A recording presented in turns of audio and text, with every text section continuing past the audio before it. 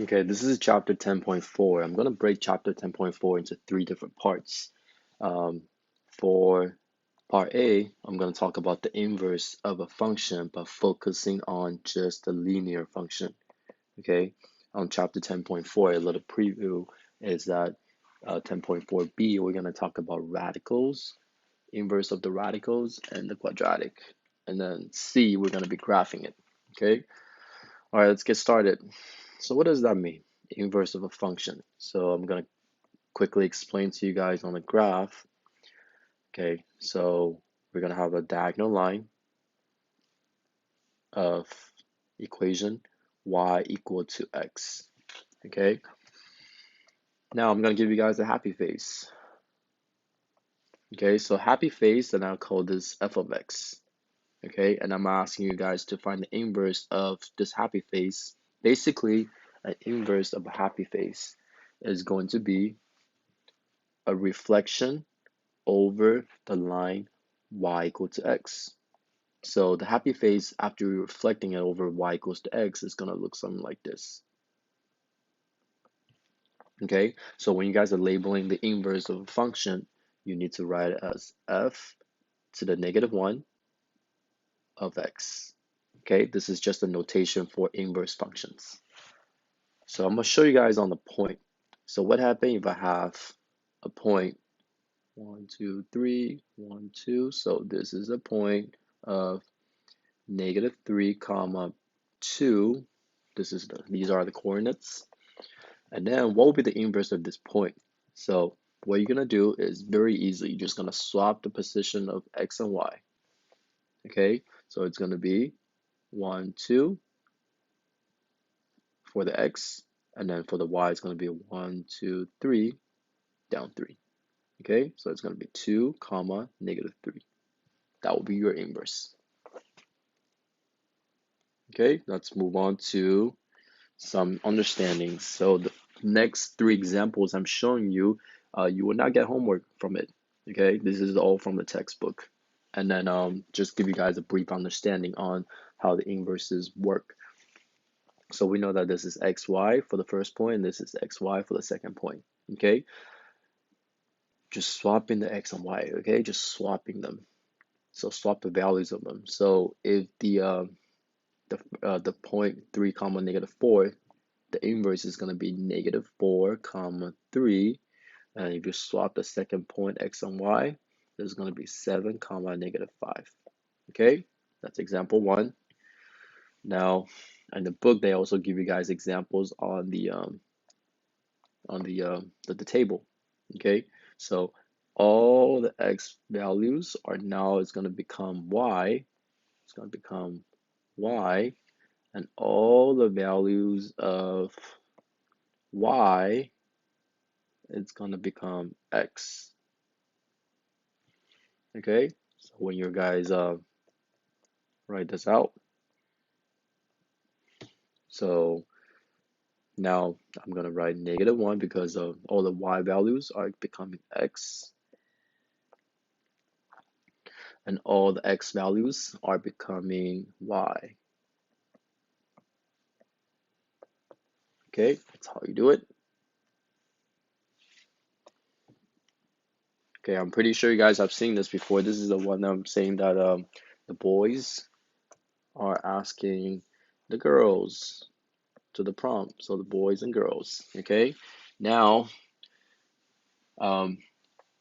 this is basically what's gonna happen is we're gonna reverse the situation. Okay, we're gonna have girls asking the boys. So um, let's look at this.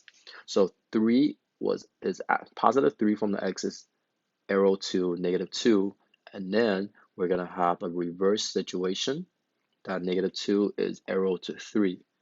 So look at this. All the girls are asking the boys. Okay, so when you guys write the inverse of it, just write the x and y. Okay, and then you're gonna have all the y values becoming x. and all the x values becoming y. Okay, and then you're going to write the arrows, -2 to +3, -3 to +4, -4 to +5, but -5 also asking the +5, okay, and -6 arrow to +6. Okay, up to this point, we're gonna be working on some questions from the worksheet, and I'm picking out 4 out of 12 questions to give you guys some some understanding. So this time we're not gonna have any numbers. We're just gonna have some variables. Okay, so first of all, you guys gonna look at every single question started with the f of x, or it could be g of x, it could be h of x. Okay, the function notation. First thing you want to do is you want to rewrite these function notations in y. Okay, so I'm going to rewrite it as y equal to -x. The next thing you want to do, step 2, is that you want to swap the position of x and y. We don't have numbers to swap. We're going to swap the variables. Okay, the variables. And then we're going to have this as x equal to -y. So now here's a step. What you need to do is, up to this point after you're swapping, you're going to isolate y.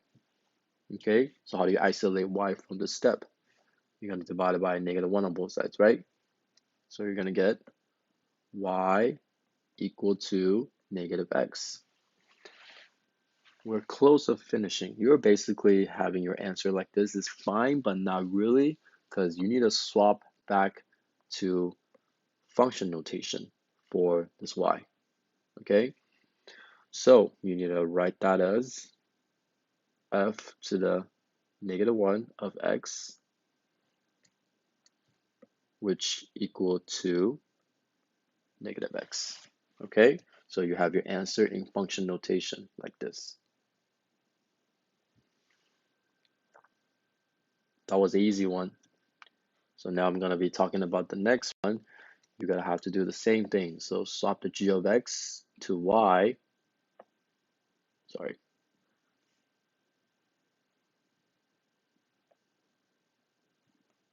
Okay, technical difficulty, but g of x, you're going to write it as y, and then rewrite the rest.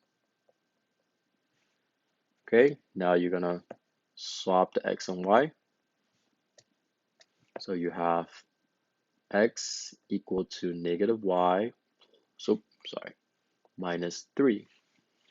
Okay, up to this point, we can just isolate y.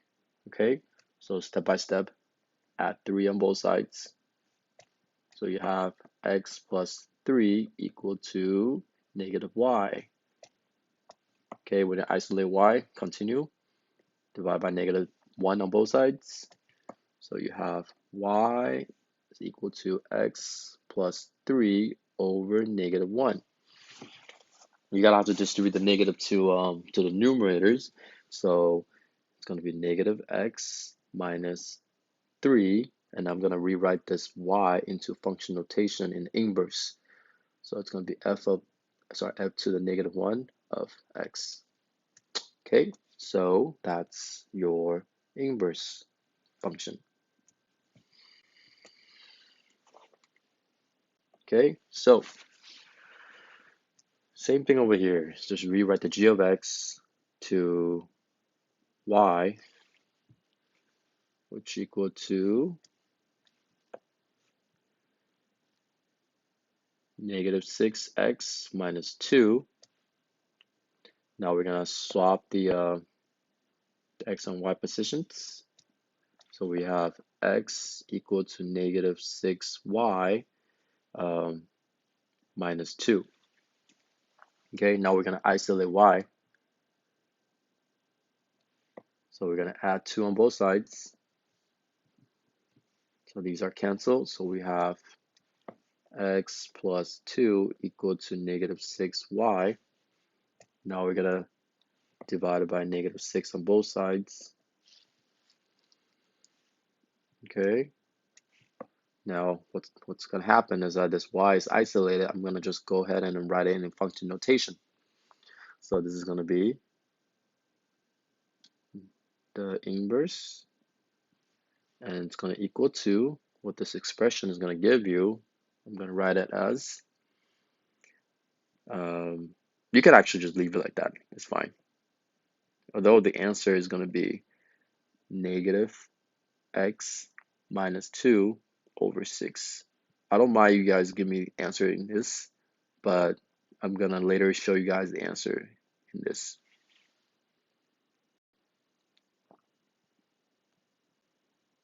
Okay, I'll just look at something that I need to correct myself. Okay, my bad. So it was g of x on here for number 2, but I wrote f of x. So I need to write that as g to the negative 1 of x. Okay, just do a little correction on number 2. Number 4, this time we're gonna have fractions. I know you guys don't like fractions, but it's okay. It's not that difficult here. Just follow the steps and rewrite f of x in y, and that equals to, now we're gonna combine the two fractions, okay? Just add the numerators up. Can't really add them up because they're not like terms, okay? After this step, you're gonna swap the x and y. So you have x equal to 3y plus 3 over 4. Okay, now we're going to isolate y. Now we're going to multiply by 4 on both sides. So we got 4x equal to 3y plus 3. Okay, and then you guys going to subtract 3 on both sides. This is all we have learned before. So you got 4x minus 3 equal to 3y. Okay, and then I'm going to go ahead and divide it by 3 on both sides, and I just successfully isolate y, but I'm going to rewrite that as in function notation, so f of x with the negative 1 on top. Okay, is equal to 4x minus 3 over 3. Let me box my answer, and that's it for the worksheet examples. Okay, so that's it for 10.4a, and 10.b is coming up with the rat x and quadratic. All right, stay safe, stay healthy, and I'll see you in 10.4b.